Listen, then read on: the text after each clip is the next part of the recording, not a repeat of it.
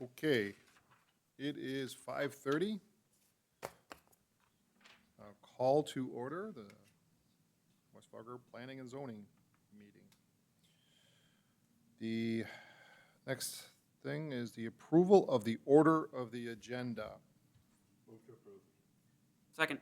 Moved and seconded to approve the order of the agenda as published. All's in favor? Aye. Any opposed? Okay, that's approved. Next item is the approval of the minutes from the February 11th, 2025 meeting.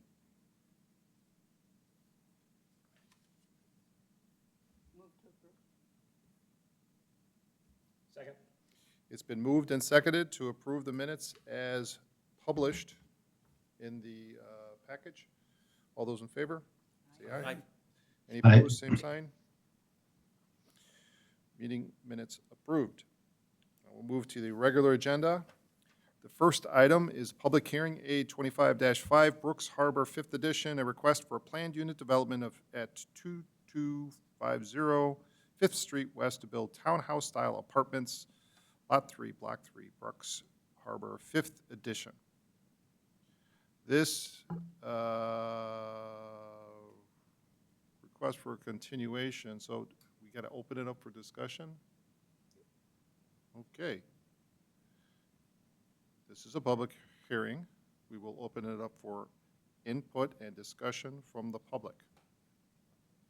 Anybody?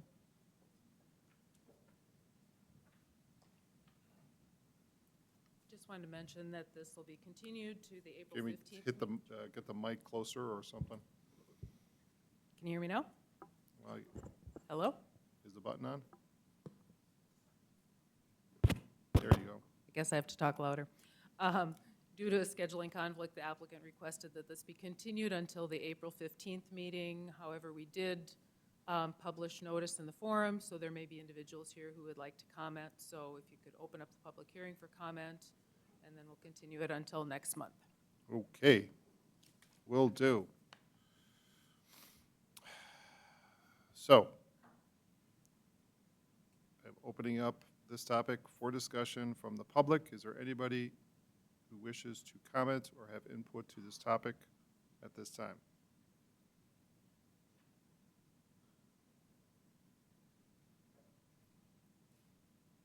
Hi there. Yeah, either one, please just identify who you are and Push to talk? Oh, it's on, okay. Hi, my name is Jason Toso. I live at 702 23rd Avenue West, which is the street just adjacent to the proposed development.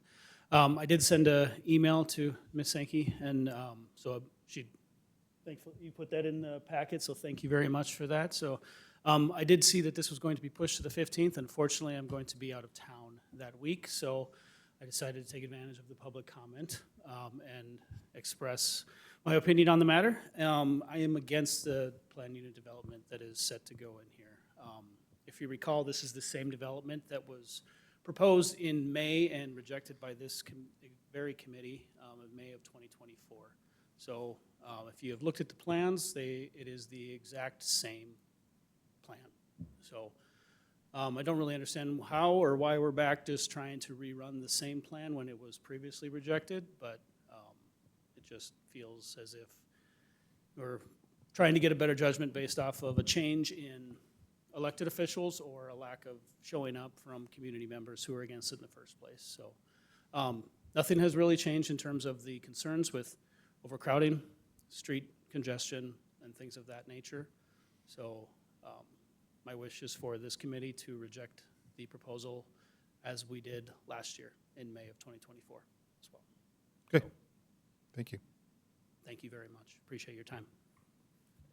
Anyone else wish to comment on this topic at this time? Okay, I am not going to close the public, but I am going to request if we do a continuation at the request of the applicant. So anybody opposed to a continuation of this in the committee? Do I got to take a vote? Move to continue. Second. We moved and seconded to continue this till the April 15th meeting. All those in favor? Aye. Any opposed? Any opposed? Okay. This topic is continued till April 15th, 2025. Next item, public hearing, A25-3, DMF edition, a request for replats at 450 23rd Avenue East, Lot 1, Block 1, North Pond at the Preserve, 14th edition. Sankey.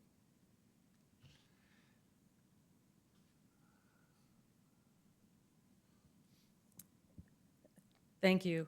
This application was received in order to replat one lot into 7 for development and to dedicate right-of-way. A preliminary site plan shows potential office buildings along the north side of the development.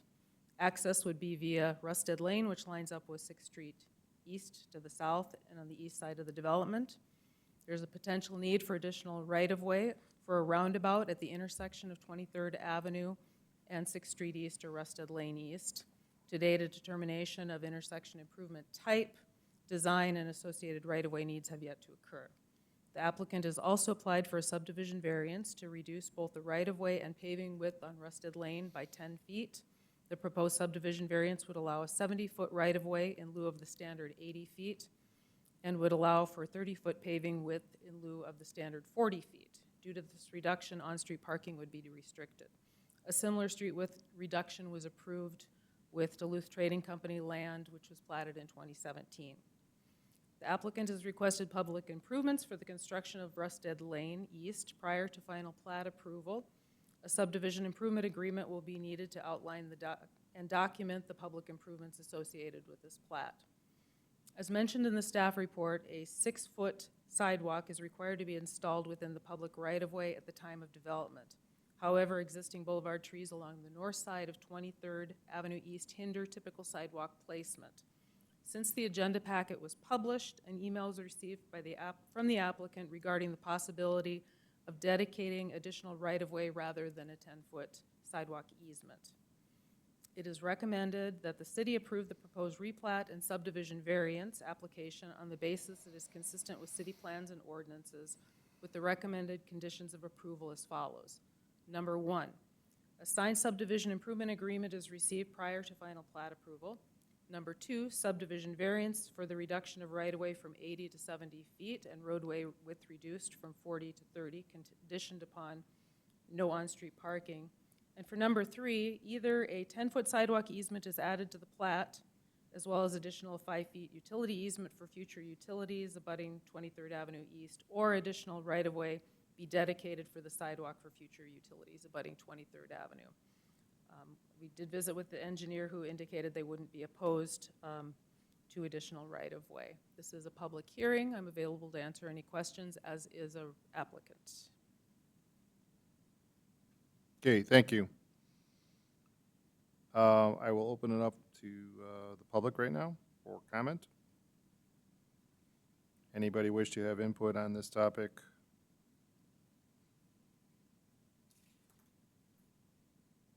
Seeing none, close that section. Commissioners, questions?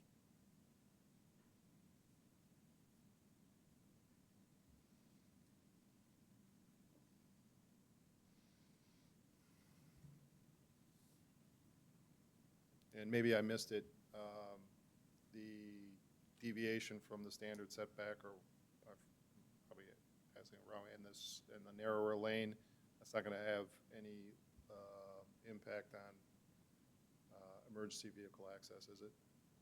The deviation on the right-of-way, or? Yeah, that. Yeah, engineering's reviewed it, and there's just we wouldn't have parking on one side of the street. Okay. But they're going to have parking lots in their facilities. Correct. Normally, there isn't parking There's no in street commercial parking. in commercial developments. Okay.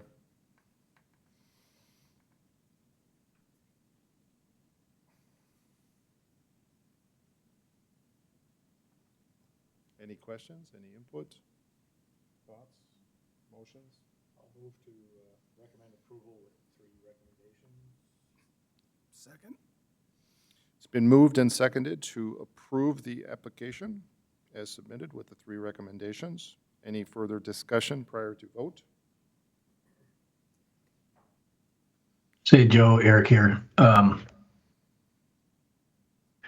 Yeah, I realize we have to consider what's placed in front of us here, but, there's been some history on this parcel and other proposals. What's presented, I guess I'm just curious, is this the highest and best use for this property? And again, I realize maybe that's not germane to the subject at hand, but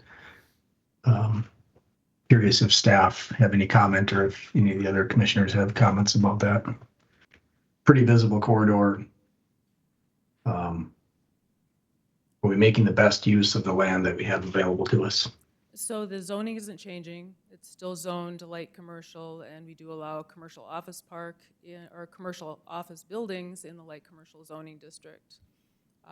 Basically, they're replatting from one large lot into 7 so they can sell and develop those lots.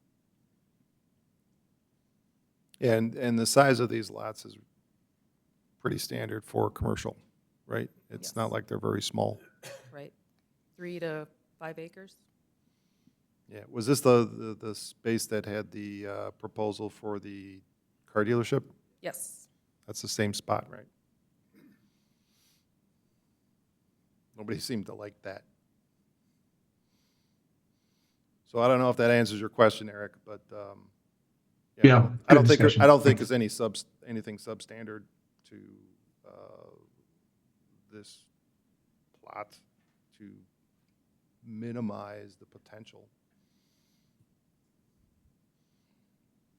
Great, thank you. Okay, any further questions before we vote? All those in favor, say aye. I, Any opposed, same sign. Motion passed. Okay, next item is a public hearing, A 25-4, Oak Ridge 20th Edition, a request for a replot at 805 32nd Avenue, Lot 8, Block 1, Oak Ridge 6th Edition. Thank you. This application was received in order to replat an existing lot into 2 for sale and development at the southwest corner of 32nd Avenue East and Veterans Boulevard. When this property was platted and zoned in 2015, detailed development plans established development patterns for general commercial land uses for retail commercial, including a grocery store, strip mall, and commercial pad sites, in order to share parking and allow for off-street signage for businesses within the PUD district. A preliminary site plan shows a proposed oil change business on Lot 1. Lot 2 would remain under the current property ownership for future sale and development. Because this is a planned unit development, detailed development plans will be submitted at the April 15th meeting. That will include landscaping, site plan, how the outside of the structure looks. But again, that's a separate application that will be reviewed at the April 15th meeting. Tonight, we are just reviewing the proposed subdivision, which staff recommends we approve on the basis that it's consistent with city plans and ordinances. This is a public hearing. I'm available to answer any questions, as is a representative of the applicant. Okay, thank you.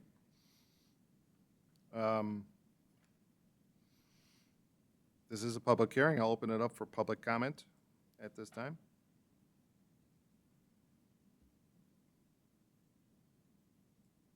Anybody wish to speak or have questions or have input on the 25-4? Seeing none, close that section.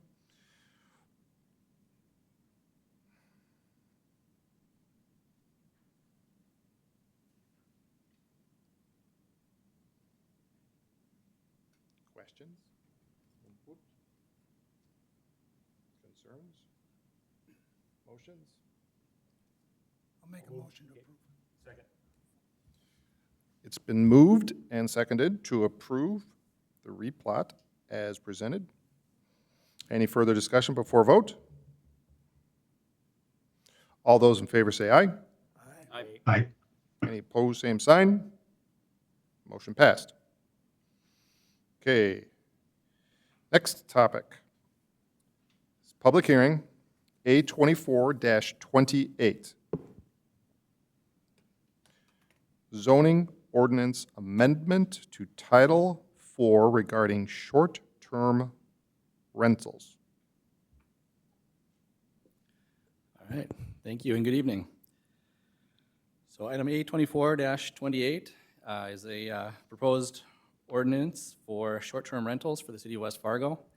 You may recall this item was discussed at the January 14th, 2025 Planning and Zoning Commission meeting. That was a discussion-only topic at the time.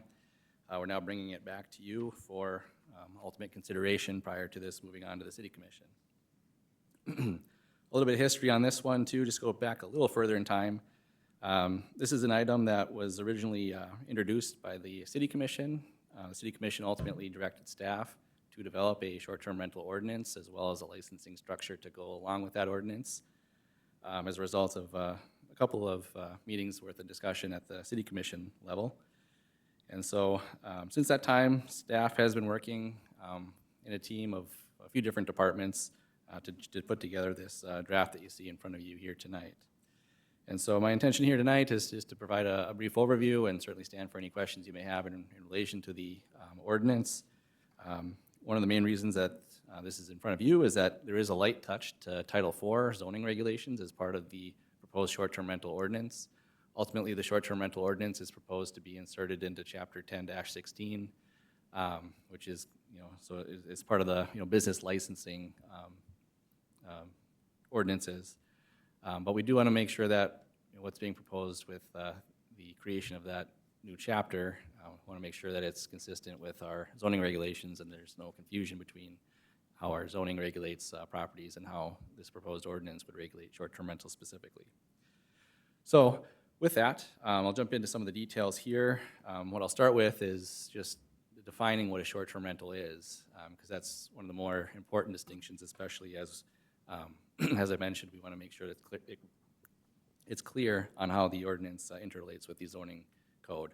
So short-term rentals are defined as the rental of a dwelling unit or any portion thereof for a period of 29 or fewer consecutive days.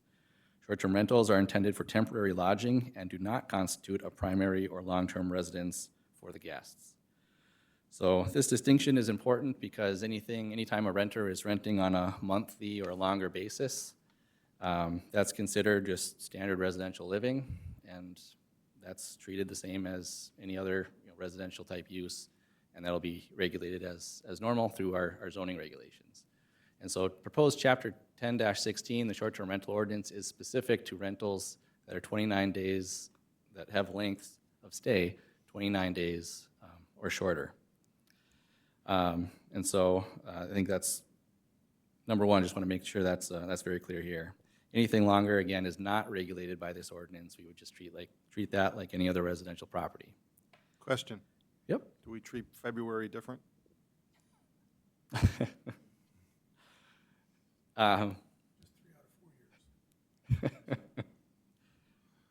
3 out of 4 years, right? Yeah, I don't know if that makes a huge deal. But No, we do have 1 month that is less than 29 days, so. Yeah, I guess I doubt we'd come across that issue much. Okay. But anyhow, in terms of the actual ordinance itself, some of the things that I want to highlight here, and again, I'm happy to dive in deeper into any one of these or to walk through these in as much detail as you'd like here tonight. But to start with, kind of the overall intention of this ordinance is that, number one, anybody that wishes to operate a short-term rental would be required to be licensed with the city in order to operate the short-term rental. And so there would be a licensing application process and approval process that one would need to receive from the city in order to operate a short-term rental. Right now, as currently written, short-term rentals would be restricted to an owner's primary residence. And a primary residence would be defined as a dwelling unit in which the owner resides for more than 1/2 of the year. So as long as somebody's living there, more than half the days of the year, that would be considered a primary residence. They would be allowed to operate a short-term rental out of that unit. The intention behind that is to allow short-term rentals as essentially an accessory use to a residential home, and to prohibit kind of the commercial operation of lodging. anything operating like a hotel would operate, for example, to prohibit those within residential neighborhoods. And so that is how it's currently written. I will say we have received numerous comments, many of which came in just today, that do have some concern with that provision specifically. And so there will be, this is a public hearing tonight, and I'm sure there'll be some comments in that regard. The ordinance establishes standards and requirements for short-term rentals, including requirements for tax collection, insurance coverage, occupancy limits, minimum parking, nuisance standards, operators' contact information, et cetera. Requires a safety inspection of the premises by the West Fargo Fire Department prior to issuance of a license. And so that would be an on-site inspection that West Fargo Fire Department would actually go in and review, or to confirm the property is compliant with life safety requirements in relation to the fire code and some aspects of the building code. The ordinance would establish penalties for violation, including legal remedies, fines, and/or suspension or revocation of the license. Additionally, it would provide for a transitional period for existing short-term rentals to come into compliance with the new ordinance, recognizing that there are a handful of short-term rentals that are currently operating within the city, and so granting them some time in order to get the property into compliance with the proposed ordinance. So that's a very high-level overview. Again, there is one comment that's included in your packet that we received prior to publication of the staff report. We did receive a handful of other comments, which you should have hard copies of those in front of you tonight. Hopefully you had a chance to take a look at those. Overall, in relation to the comprehensive plan, obviously, not obviously maybe, but the comprehensive plan does not speak directly to the topic of short-term rentals. However, there are a couple of different aspects of the plan that kind of relate to the topic. And so there's kind of two of the main 8 pillars of that plan, if you will. One of them talks about the goal to grow the economy. And so the city is geared towards growing the commercial tax base of the city, especially in just recognizing that West Fargo is a resident-heavy city, and so trying to balance the ratio of commercial to residential uses within the city. Another aspect of the comp plan I'll point out is the goal to strengthen neighborhoods and expand housing choice. So this goal is really recognizing kind of the key role that neighborhoods play within a city. And so that's ultimately, I think, where we're trying to ultimately get to is balancing the rights that property owners have to use their property with the rights of residents to enjoy what they expect as a quiet neighborhood. So with that, the recommendation tonight is to open the public hearing and ultimately to recommend approval of the proposed ordinance to the City Commission. With that, I'm happy to answer any questions you have or to dive in deeper to any of the details of the ordinance. Can I ask a few clarifying questions? I read through it in the package, but it's still a little fuzzy to me about all the aspects of it. Currently, we do not have any regulation ordinance related to short-term property rentals. Correct. And the genesis for creating this, is that something that what triggered us to create a regulation? So it was, I'm trying to think back now, so please don't quote me directly here, but what my recollection is, I think there were some concerns raised at a city commission meeting. I believe Commissioner Zundell specifically asked if, similar questions to what you're asking now. Do we have anything on the books today that regulate short-term rentals? Because there had been some complaints. And that led to some questions as to, should we consider that? And so staff was directed to look into options for how to potentially regulate short-term rentals. Staff presented 3 different options to the City Commission, kind of a light touch option where we would just update some of our nuisance regulations to be more specific to some of the complaints that the city had been receiving. Option 2 was to develop a short-term rental ordinance that put in place some parameters for short-term rentals. And option 3 was kind of the biggest option in terms of a full-fledged short-term rental ordinance along with a licensing structure to go along with it. And And that's the ultimately, path. the city commission directed staff to develop the option 3, to develop a short-term rental ordinance and licensing structure for their consideration.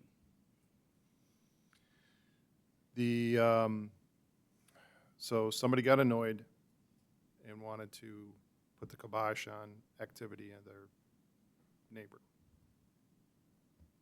I guess I can't speak to those details, but Uh, police department did confirm that they had The- received several complaints. Infrastructure or the staffing or whatever to support the licensing process, is that existing resources?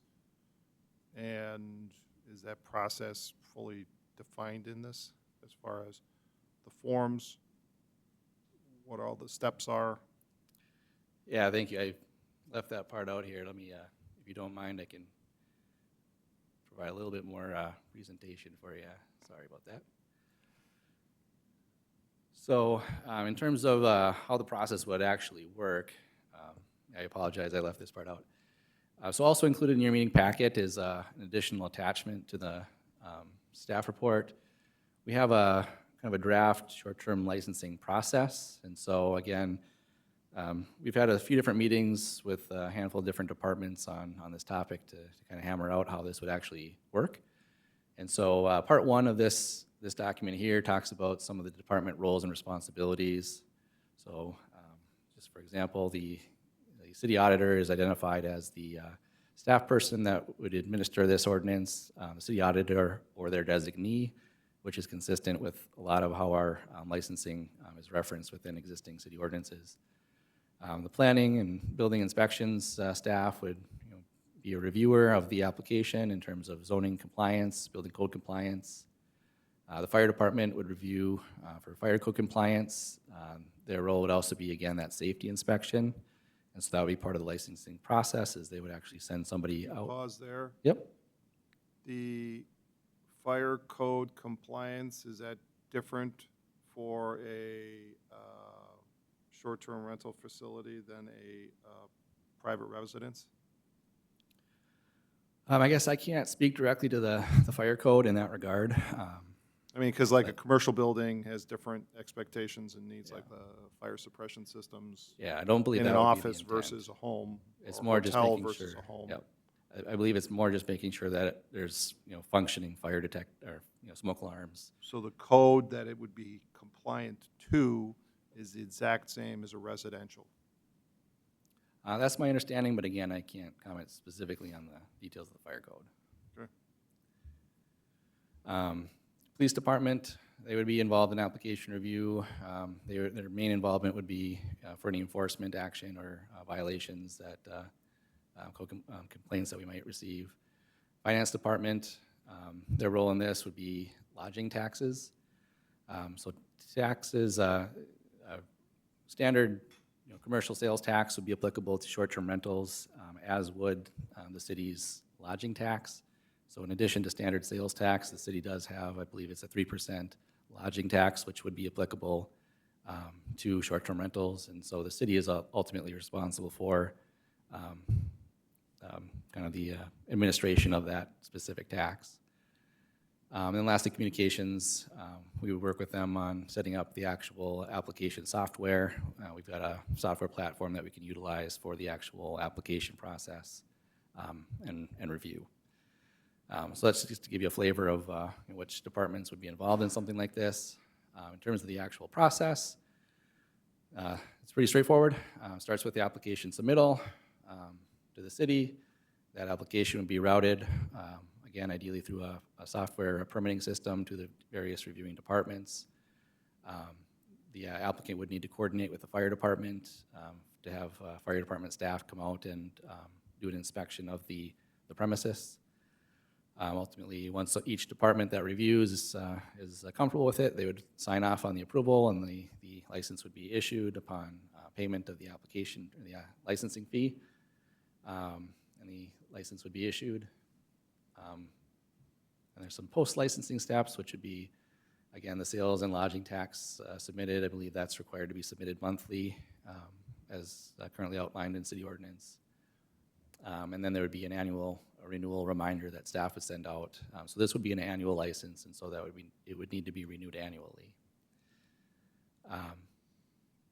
Also included in this document is just some proposed fees, proposing a fee of $150 for the actual license, and then some proposed violation fees. The fees would be, are proposed to be adopted via resolution in tandem with the adoption of the ordinance. The purpose there is that it's just easier to update these from time to time based on inflation or whatnot over the years by resolution. But ultimately, the city commission is responsible for setting all fees in the city. Also attached to the staff report is just an example of what an application for a license might look like. Just an example of some of the questions we might be looking for to confirm compliance with the ordinance. And then we've got, you know, the one comment that we did receive, we were able to include in the packet here as well. So with that, I can, turn it back over to any questions you have for me.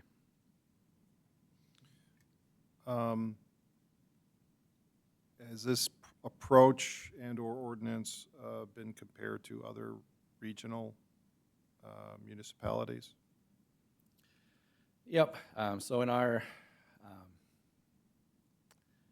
work in putting this together, you know, that was a big portion of this was finding out what other cities do. And I think what we found is every city is different. Every city that does regulate short-term rentals does it differently. Many cities like us currently don't have regulations on the books. Cities that do have regulations on the books, you know, it really runs the gamut of, you know, some regulations that regulations that regulate how to operate a short-term rental, but no licensing required. And some cities are a lot more stringent in terms of what the standards are, what the requirements are. You know, some have caps. You know, those are predominantly found in communities that are more, you know, vacation destinations, for example, where they have, you know, a flood of these that are kind of overwhelming certain areas of their city. We're not really in that situation, I wouldn't say. However, there are, like I said, I think what we heard from the police department is they do receive weekly complaints from folks, you know, currently with short-term rentals in town.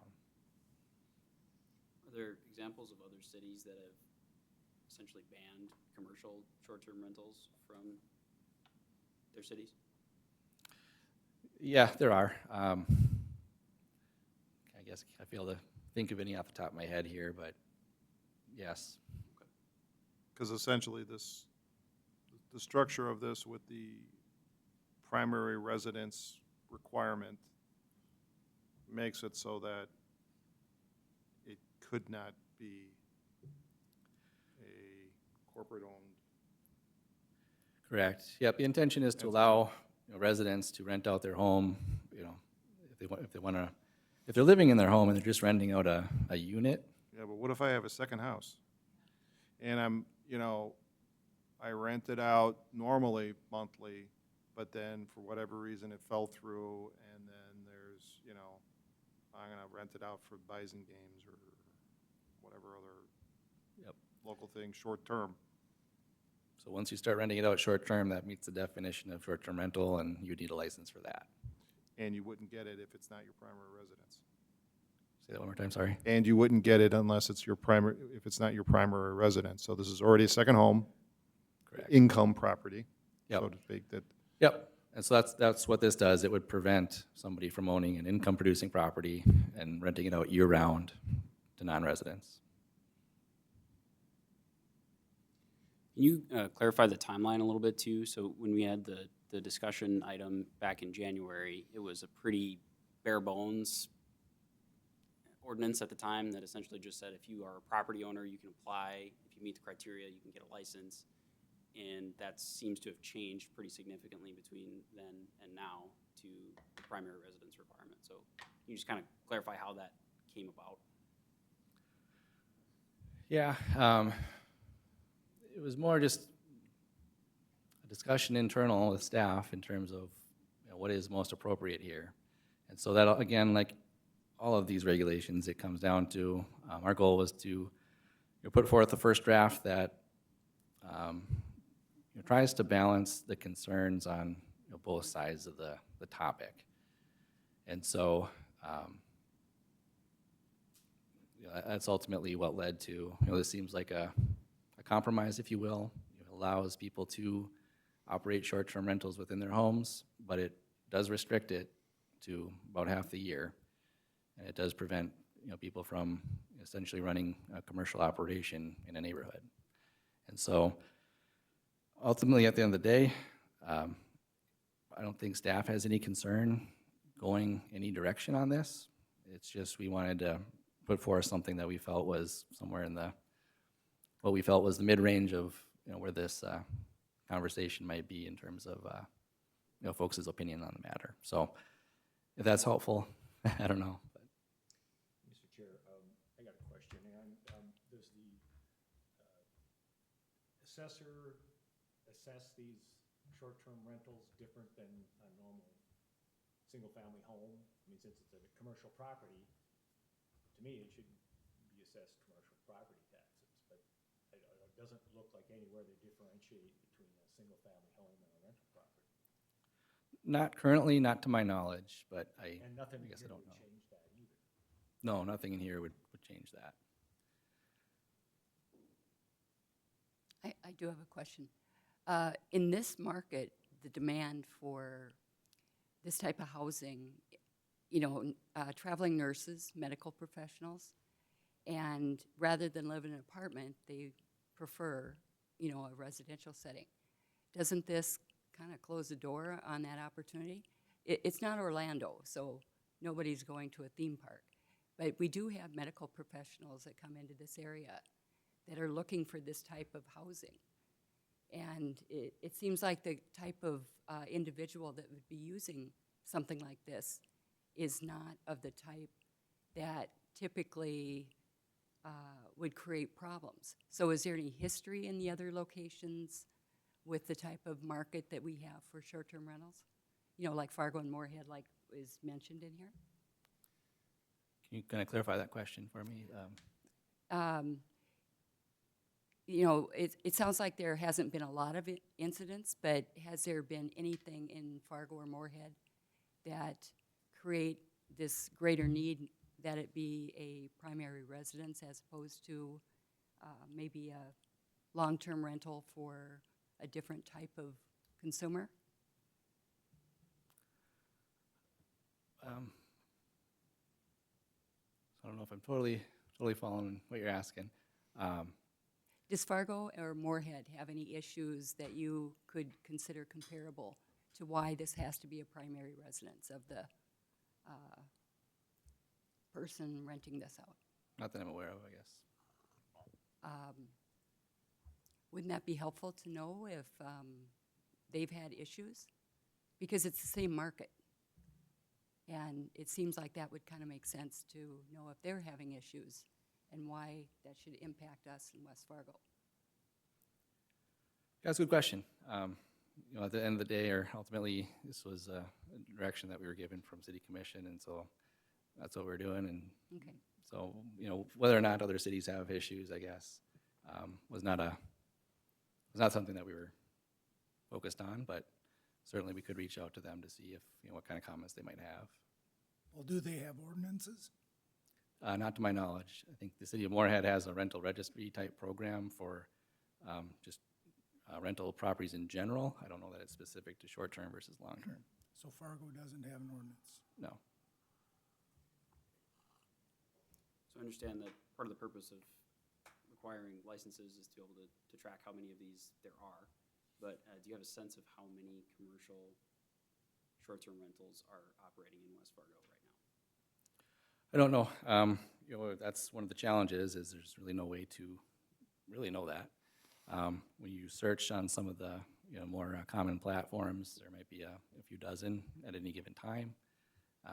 And then there again, it's hard to know which of those are rented year-round and which of those are somebody just renting while they're down south for the winter or something like that.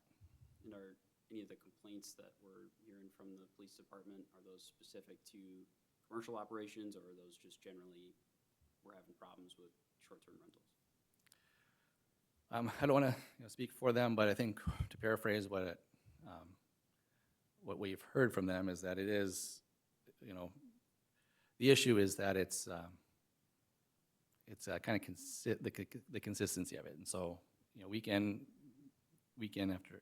after weekend of different people coming in, and whether they're being loud or whatnot, that's the main issue, is just the disruption that some of the neighbors have expressed. Okay, but we don't have anything specific to commercial or otherwise non-residential short-term rentals that says these are the problem that we're experiencing with noisy parties or anything like that? No. Okay.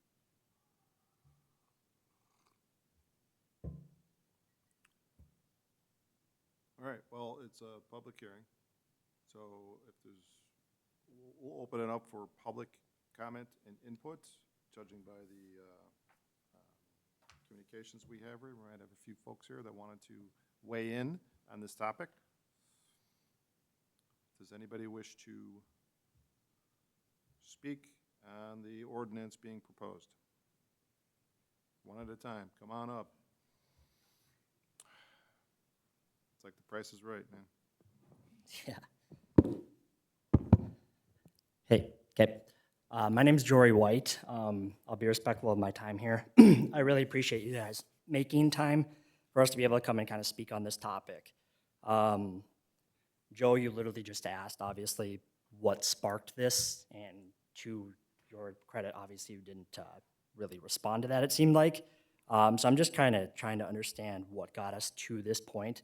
It sounds like noise disturbances seems to be the common theme here, but to push for regulations like this to say someone needs to live in that property as primary residence for 6 months and then they're allowed to rent out the other ones just doesn't track at all for me.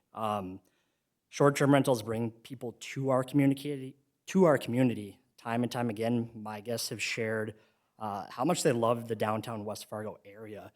Mentioning the ice sculptures that you guys do, like in that plaza, they've mentioned their kids take pictures next to them. They've mentioned about visiting local businesses like Thunder Coffee and Junkyard Brewing, and they're honestly contributing directly to our community by bringing them here. We're definitely a utility market. We're not a vacation market. We bring all sorts of people here for all sorts of reasons, and that's why short-term rentals is so lucrative for them, because they get the chance to be with their family in one building together and make a meal if they want to, because they have a full kitchen instead of having 85 hotel rooms that they have to go worry about getting. One of my guests, honestly, has returned to one of my properties 5 times in the past year and now is considering moving to West Fargo, which is phenomenal. Like, they actually have the potential to become a full-time resident here in West Fargo and actually contribute to our community long-term. 2 years ago, in an additional kind of evidence piece, 2 years ago, I had a traveling therapist that stayed at one of my Airbnbs for 60 days, and her and her fiance actually fell in love with the area and decided to move here permanently. That's an impact that STRs are having, not just attracting visitors, but bringing potential people, residents here who actually will contribute to our community long-term. So I understand the registration process. If that is something that eventually passes, an annual licensing fee has to be a thing, that's understandable, that's fair. I definitely understand that, but this is definitely not a side project, not a hobby. This is my livelihood. It's how I provide for my family as short-term rentals, and it's how I plan to really provide for my kids one day. So once my properties are paid off, it's theirs. They get the chance to have some legacy about themselves too. This is something that I understand the complaints with noise and stuff like that, but I operate my rental at a high standard, and I know that everyone that I interact with Eric Stewart, Eli Dumke, Devin Hoffman, Noah Ford Dunker, Kyle Reedstrom, we all have a high standard about how we operate these STRs, and if there's noise complaints coming, we should be hearing about them, but I've had mine for 3 years and haven't heard a single complaint about it. I have a duplex that I have in West Fargo, close to the police station. That was a trouble property. I came in, bought it, put in $20,000 upstairs, turned it into a traveling nurse spot. And I currently have nurses in there right now. That's 8 minutes from the big hospital. That's perfect location for them because they are coming here to have that type of setting, not being a hotel the whole time that they're here. So before like we're implementing all these restrictive policies about someone having to live in a property as their primary residence for 6 months and then we can rent it out, like there has to be further discussion just around the licensing side. Like if that is a fair thing that we come to the table on as a community, then that is something as us STR owners just have to get on board with. Like that's what Moorhead does. Moorhead has their licensing process. I have properties over there as well. That's easy. They do a once-a-year inspection. You pay a fee. It's understandable. It lets you track them a little bit easier.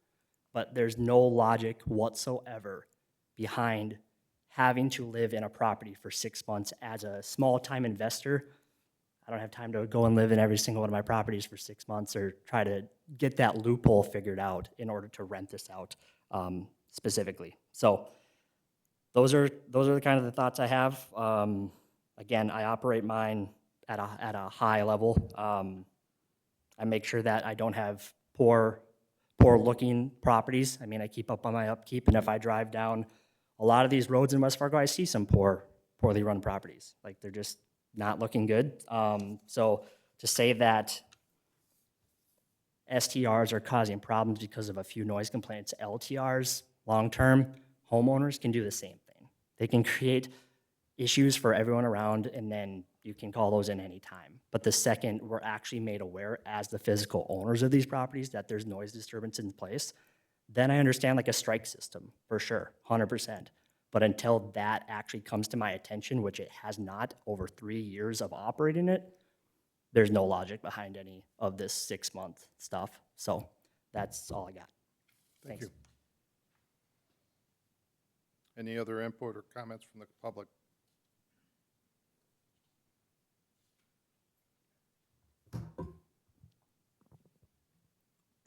Hello. My name is Eric Stewart, also a short-term rental owner, real estate investor for over 10 years here in Fargo, West Fargo area. I have a couple notes that I brought, but just watching that presentation can probably speak for all of us that it was pretty difficult to sit through and watch, especially after the very first question was basically, why is this needed? And he didn't have a good answer. So I feel like we could have just stopped there, because if it's not needed, then it's basically just regulation for regulation's sake, which is not really something West Fargo is about and not something North Dakota is about. If it's not needed, then we're just wasting our time talking about it.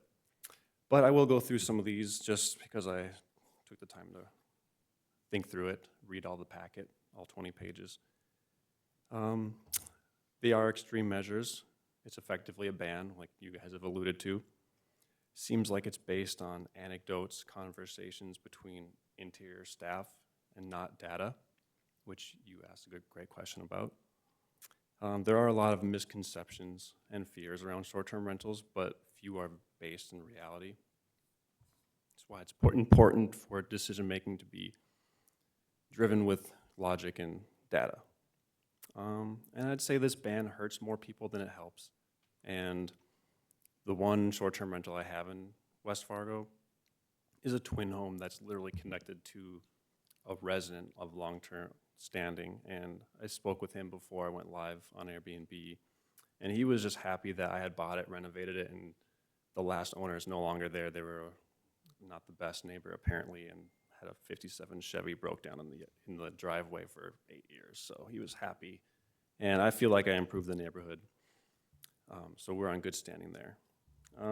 I could spend a long time up here discussing the merits of short-term rentals and the faults of the proposed regulation, but I think the biggest takeaway would be the wisdom in starting any regulation, if it's needed at all, with basic licensing, inspections, taxes, and fees, instead of an extreme measure with no basis in facts or data. So since my time up here is brief, I'd like to offer my time in a professional capacity to collaborate with the city of West Fargo to find a more appropriate solution that more accurately reflects the city's values and big ideas. Thank you. Thank you.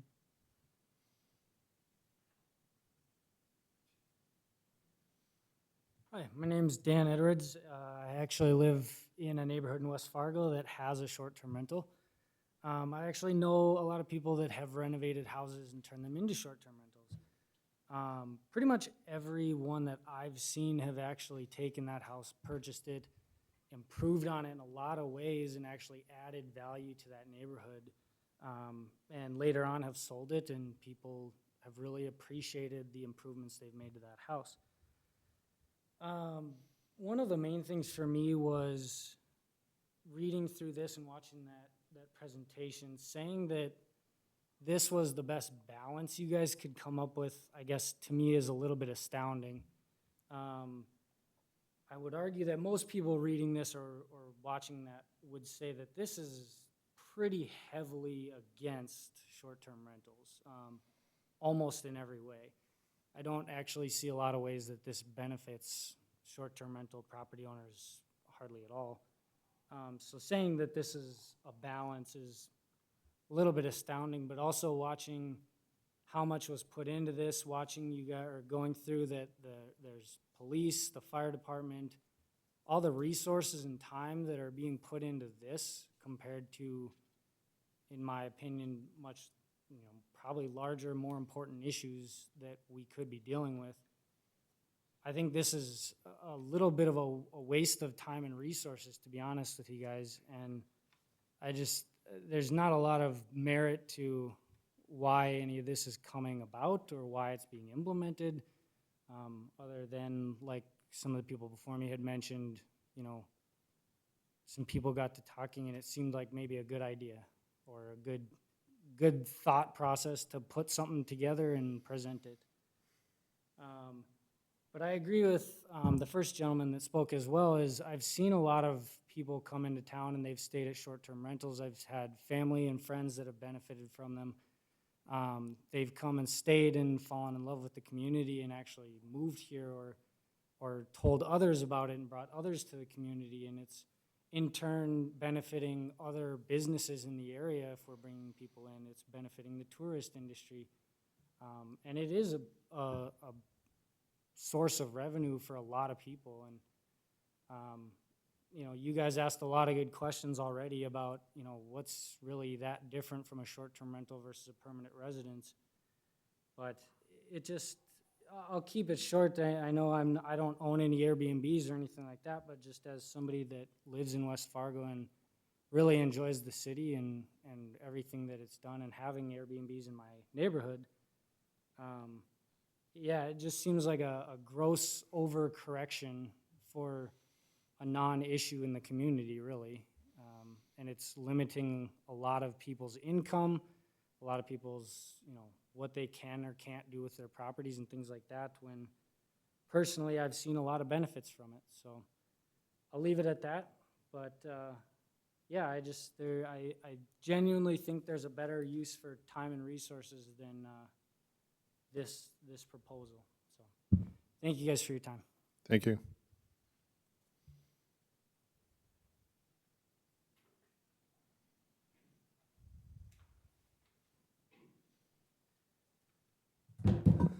Well, yeah, first, thank you guys for having this, and the speakers that came before me. I've got some notes that I took while they spoke, but most of what they have already said, I Your can name, agree sir. with. Oh, say again? Your name, Oh, my name is Devin. Devin?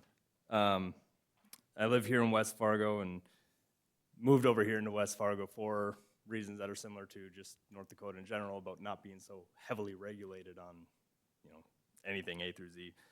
But I guess just to start a little bit of my story, I manage short-term rentals, and it's my livelihood, it's my job. I'm not a big-time investor or own all these properties. I manage properties for homeowners.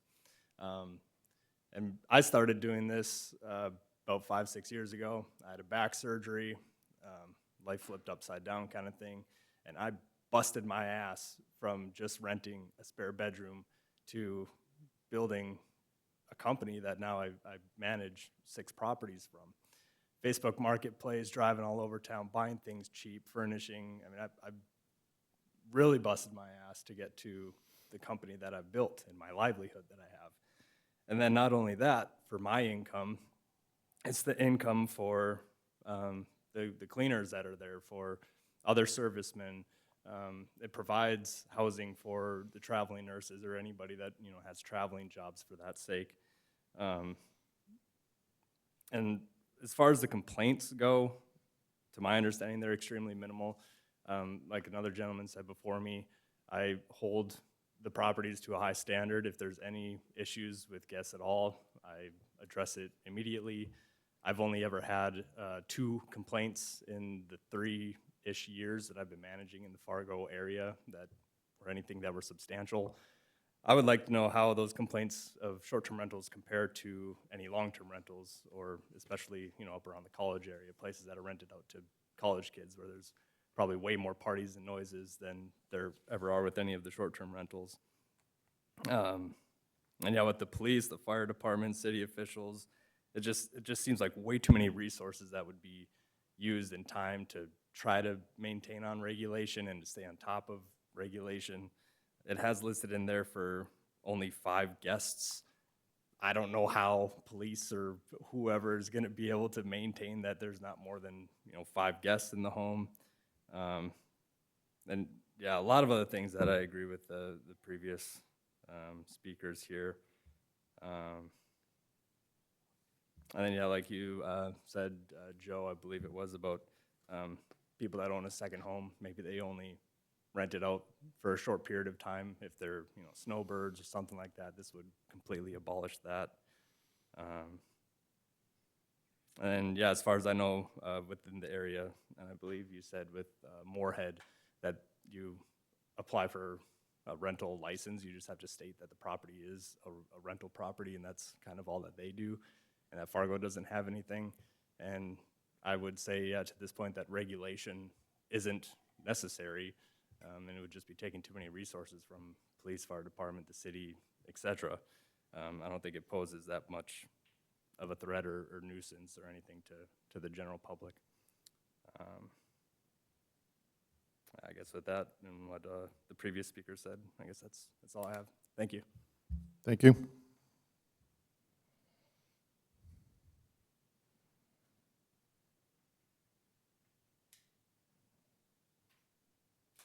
Any further input from the public? Seeing none, I will close the public speaking portion.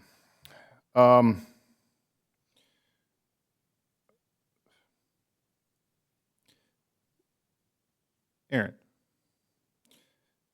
it does appear that this regulation or ordinance would change an ecosystem in our community with its passing pretty significantly. I don't know how many folks, thank you for sharing your stories, but it would have an impact. And there would be a community of folks that are negatively impacted from being able to leverage their assets in this manner.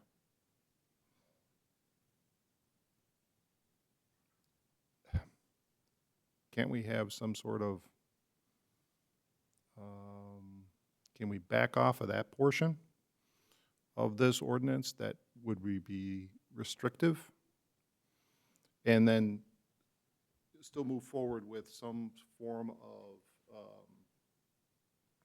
identification and management of this type of rental in the community without it having the the restrictions that go along with it.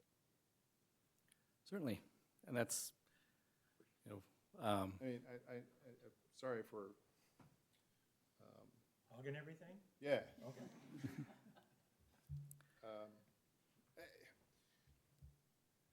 I'll say my opinion. I don't like it. I think the Moorhead model is more along the lines, excuse me, that seems to make more sense. I think it'd be a benefit to the property owners and the city to have an annual inspection, and for the renters. But when you start telling them they have to be one residence and they have to live there a whole chunk of time. It's being way too restrictive. And I don't know what it's accomplishing. It's solving a problem that doesn't exist. And we can always tag on additional things down the road if it ever became a problem, but I don't see any problem with a license and an inspection. I think that'd be a benefit to all parties. But there's a few other restrictions in here besides just the primary residence piece that are, you know. Yeah, I'm just saying, in basic concept, from what you described Moorhead, and I haven't read Moorhead's, that sounds like what we should be, at least in my opinion. I think beyond that, you know, you're trying to say you can't be a corporation. Well, I think a lot of people are in business individually. They're a partnership or a corporation or something for protection for their, you know, themselves against lawsuits and other legal actions. So I guess I'm for a much more pared down version, and I'd like to read Moorhead's, but it seems like that one makes more sense. Do you consider a short-term rental a business? A commercial operation? So that's I mean, where. it sounds to me like it is. Yeah. When I'm hearing, you know, managers and people who own it and rent it out short-term, Right. that is a commercial operation. So that is where very much, you know, short-term rentals are in a gray area, especially in relation to some of our zoning regulations. And ultimately, you know, when it comes to zoning, that's one of the main distinctions is, you know, residential versus commercial activity on a property. And so where, you know, our current ordinance, you know, is lacking is any sort of, you know, reference to how short-term rentals should be handled. Should they be treated like a hotel or a motel, in which case restricted to a commercial zoning district? Or should they be treated like a residential home, in which case they would be allowed in a residential zoning district? But the difference between a long-term rental and a short-term rental, there's no restrictions on long-term rentals. So any home can be rented out. I don't know of any limitations on renting your home or on a secondary home out. Correct. Yeah, so the issue isn't really As a the residence. nature of a rental versus owner. The issue is more the time length of the stay. And so lodging versus But residential. that, you know, that gets to my point. It's like, well, this ordinance then treats a rental duration of 60 days entirely different than one that is less than 29 days. Yeah, so the distinction there is lodging versus residential, you know, to put it a different way. And so, again, it's really the hotel motel type situation that's taking place within a residential neighborhood, which was that the original intent of the residential zoning district? Maybe, maybe not. That's where, you know, this ordinance, at the end of the day, regardless of which directions it takes, in staff's opinion, you know, that's one of the main questions we need to answer is just how do we as a city want to handle these? Like I said earlier, staff is not, you know, wed to any of these standards. We're just trying to put forth something that we can discuss as a starting point. And so, to your first question, yeah, we can certainly take this back and revise and bring it back to you if that's the wish of the Planning and Zoning Commission. Staff has no concern with that whatsoever.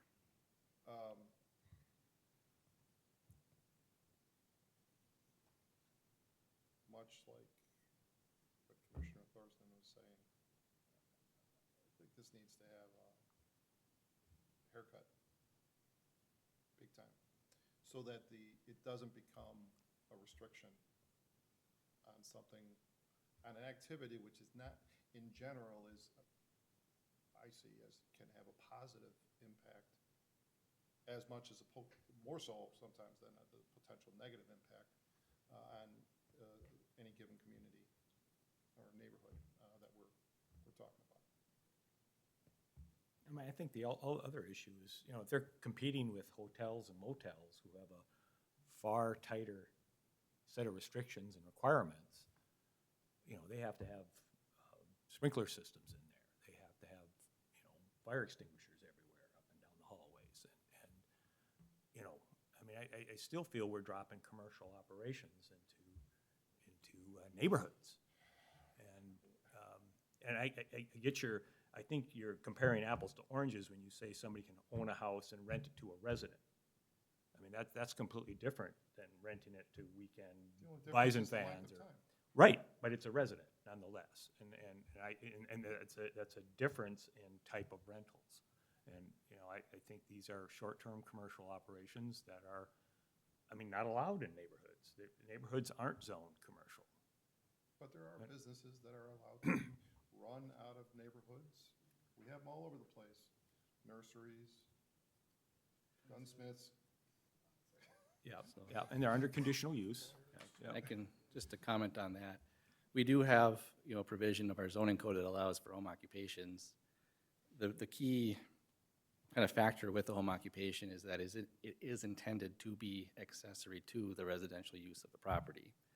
And so that's ultimately kind of why this proposal to have it as a primary residence came about, is that keeps it accessory to a residential use of the property. If you just allow it year-round, it really is not truly a residential use in the traditional sense of the zoning code. So just for what it's worth. That's where it does get a little gray. Yep, absolutely. All right, well, ladies, gentlemen, what say you as far as what we do today? I just think it's very restrictive. And I just know the market is out there that uses these short-term rentals, and it's based on what the needs are in our community. And they're a lifesaver for a lot of people I know that are traveling nurses. And so I just think there's a market there for it.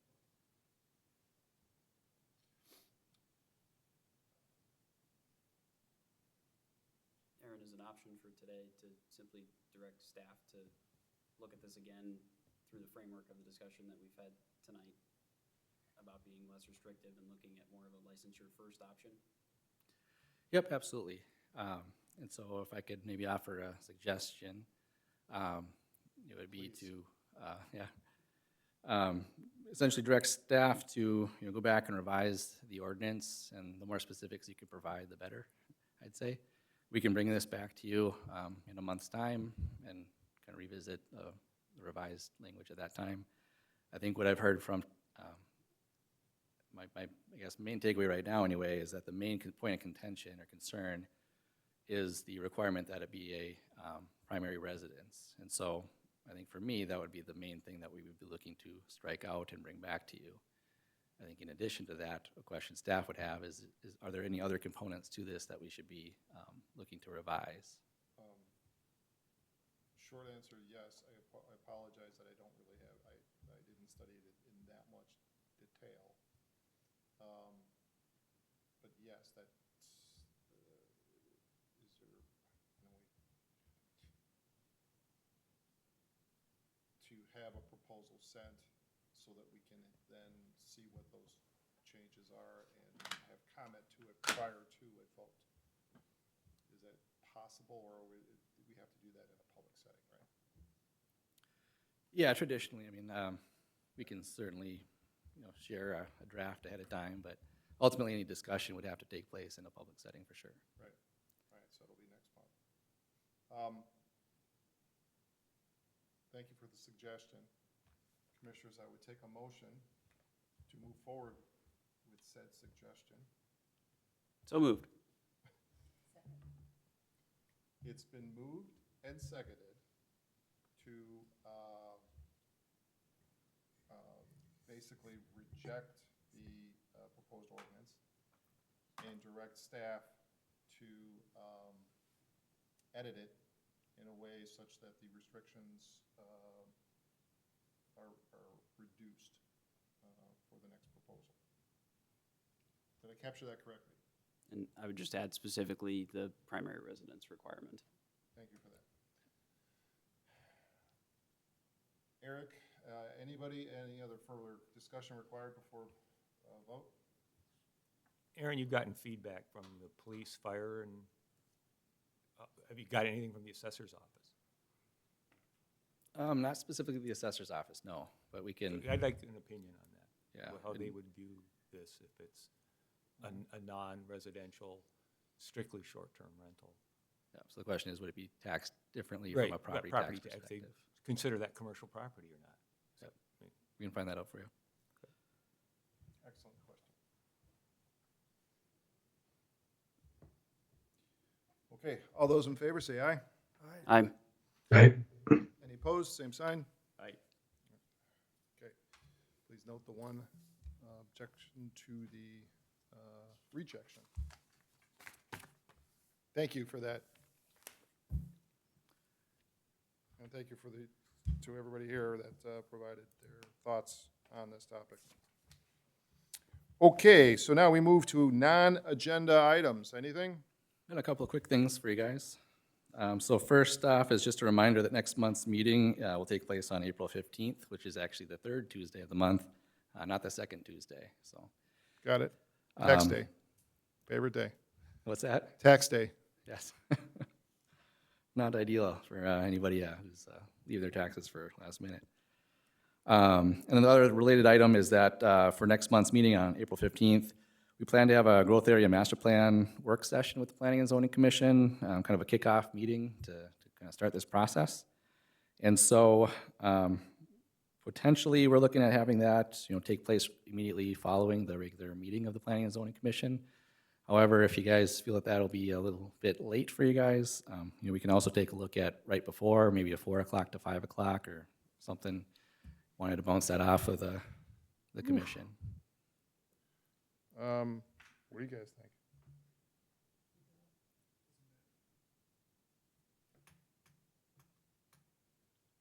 Then let's do it after, I guess. Yeah. Go a little longer. Okay. I'll make sure I have coffee. And don't put any really long, challenging topics. We'll do our best. That's how we earn our $30, man. That's right. Okay. Exactly. Anything else? Nope. Next item is adjournment. Move to adjourn. Been moved and seconded to adjourn from the regular agenda. Those in favor? Aye. Any opposed? Okay, and we do have one discussion item to tag on at the end here, the 2025, 2026 work program. All right, so yeah, this is just a discussion item here tonight, just looking for some feedback, and this is actually in follow-up to some of the discussion at last month's meeting. So you may recall, the Planning and Zoning Commission updated its bylaws, excuse me, at the last meeting. One of the points of discussion that we had at the time was whether or not to include or remove or revise one of the existing provisions in there for an annual work program. And so where we landed with that was a suggestion that staff bring forward a kind of an outline of a work program annually for the Planning and Zoning Commission to review and provide input on. And so one of the things that we added was that it'll be done at the first meeting of every month, but since we've already just passed the first meeting, or excuse me, the first meeting of every year, since we're just past January, we figured we'd get something on the agenda here today at least. So for this year anyway, we can kind of start the discussion. And so included in your packet is an outline, kind of a first draft at a work program. So just note that it is a work in progress, and the format is likely going to change and evolve over time in the future years. But it was an initial stab at putting together a list of various projects and activities that might relate in one way or another to the work of the Planning and Zoning Commission. I will say not all of these things are going to be things that you all will be directly involved in, but certainly they may or may not show up in front of you at some point in the future. Just to orient you here, it's a 2-page document right now. Essentially what it is, it's just a list of projects. We tried to kind of assign a priority level just to give you a sense of kind of how urgent or how important some of these things are in relation to one another. The third column is anticipated timing, and so just to give you an estimate or a sense of when we'd be looking at kind of doing some of these activities. And then the last column there is just a general project description. So in any case, I can maybe walk through at least some of the higher priority items. So number one on the list is that short-term rental and ordinance licensing item, which we just talked about. So just to give you a sense of that, high priority, this was an item that was directed by the city commission to develop, which makes it a high priority for us. Timing there, this conversation started in 2024 and we're in 2025. And so we anticipate, again, bringing that back to you next month, and then that will go on to the city commission. The city commission obviously will be the ultimate decider on the ordinance. Other high priority projects include code enforcement, reorganization, and process development. There again, that's more of an internal kind of staff discussion amongst several departments. Probably not much, if any, involvement from the Planning and Zoning Commission specifically. Working on our 2026 budget right now. The Growth Area Master Plan is the next project here. That's a very big one. We've been talking about that for a number of years now. You'll notice the timeline there, 2025 to 2026. We're anticipating to kick that off here next month, and probably a little over a year timeline from start to finish for that project. We anticipate there being some recommendations that come out of that plan, and so we've kind of penciled in Growth Area Master Plan implementation items that are to be determined as depending upon how that study unfolds. That would be 2026 and beyond. And then comprehensive code updates, another high priority item, year 2027, 2028, give or take. This item was identified in the planning needs assessment. That's where a lot of these bigger ticket items were originally identified with that document. Some of the medium-term items, and I don't need to read the whole list for you guys, but I'm certainly here to answer any questions. And at the end of the day, I think what we're looking for from the Planning and Zoning Commission is just thoughts and feedback on the format and the content. And then is there anything missing, or how do you feel these timelines and priorities are? How do you feel about the way that we have them penciled in right now? Question. Are all these, it's a long project list, are all these being actively worked on at some level this year? Not all of them, no. So that would be my input then, would be, in addition to, or maybe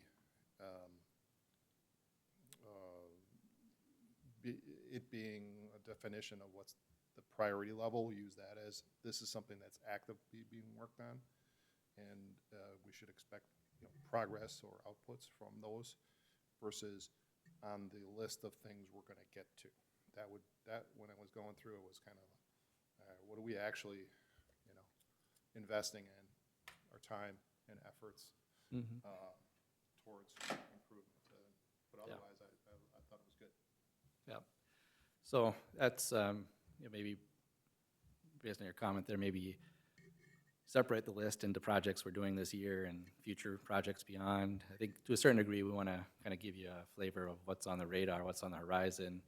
Because there are, sometimes these things do take time to, there's like the Growth Area Master Plan, for example, there was a lot of time and discussion that went into that before actually bringing forward an RFP, before actually getting consultants on board, before actually getting the project kicked off. This whole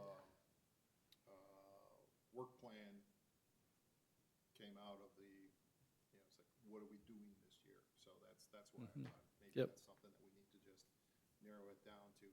Yep. Here's what we're doing in this calendar year, Makes sense. so that everybody knows, what time is being spent.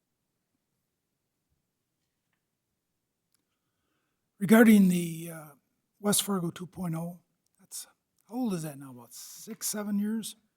Yeah, I think 2018 was when that one was adopted. And it's a good plan, but we're doing the Growth Area Master Plan as an addendum to it, which makes sense. Has anyone put on a schedule, a review of 2.0 to see if things have, 3.0? well, 2.1 or 2.2 or whatever, are there things in there that are not applicable anymore? Yeah. Just a general review of the 2.0 to make sure we're not keeping a dated plan and not doing anything with it. Well, it's a good item. Maybe that's perhaps a discussion item in itself, one of these days. But more to the point of your question, within the planning needs assessment, we did identify an update to the comprehensive plan as a kind of a, I get the wording right here, but so there was 3 buckets in that document, kind of short-term, mid-term, and long-term projects. That was identified as a long-term project, and so I don't believe we include any of the long-term projects on this specific list, just because it was a little too far out there. But it is, just off of this list, yeah. It's 7, 8 years old already. I mean, Yep. it's at least worth a review, I think, and maybe there's points in there that aren't applicable anymore, have been replaced by other things or something. Yep. I It's just pretty had- comprehensive, it was forward-thinking. I mean, they're the ones who suggested abandoning the lagoons and turning that into an industrial park. Yeah, no, I They think were it's- looking at future development when the diversion comes through and everything. That thing was sharp. I think it's It's money great, well but I spent. just don't think we want to just leave it on the shelf and say, well, that's all encompassing, and should we not update that too? Because the growth area plan, master plan is beyond the scope of what 2.0 was. Well, yeah, so the way we're thinking about right now, like you mentioned, is it would be an addendum to 2.0. So we wouldn't be looking to get rid of West Fargo 2.0. Oh, no, I wouldn't advocate Just that. I'm adding saying some we just can't leave detail over to there it. and say, yeah, it was perfect, we've done everything by the book, and let's just run with that, just Yep. say, maybe there's areas to look at that, well, Yep. it's kind of changed now, we should put an addendum to that. You know, one of those changes is the housing crunch. You know, we need more density of housing. And what I'm interested in is, are our codes keeping up with that demand for housing? Yep. Are they, in the plan, do they address the kind of issues we have today? So that we can work with developers to make sure that, our codes will complement that need for housing. Yeah.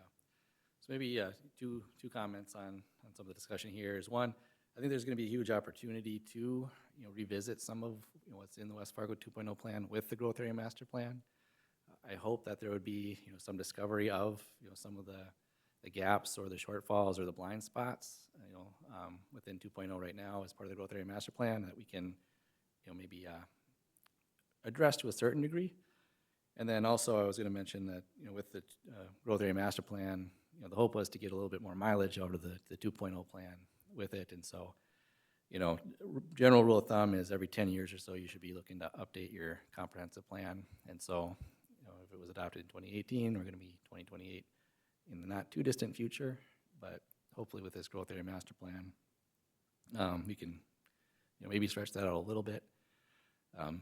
But ultimately, that's, I think, why we want to have this discussion annually to kind of hear from the commission, and then if there's members of the public too that feel that we're missing the mark on anything, it's a good opportunity to kind of get those penciled in and a timeline, and maybe have some of those topic-specific discussions on the discussion agenda, for example.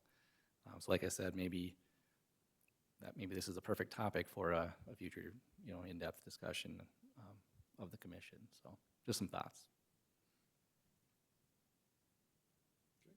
Anything else? No, well, so just, yeah. If you have any other feedback too after tonight's meeting, don't hesitate to reach out. Thank you. Good You guys. discussion. Yeah. All right, that's all I've got.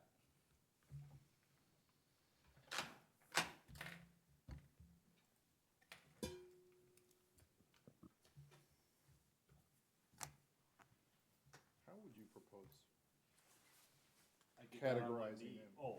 I didn't hear the rest of your question.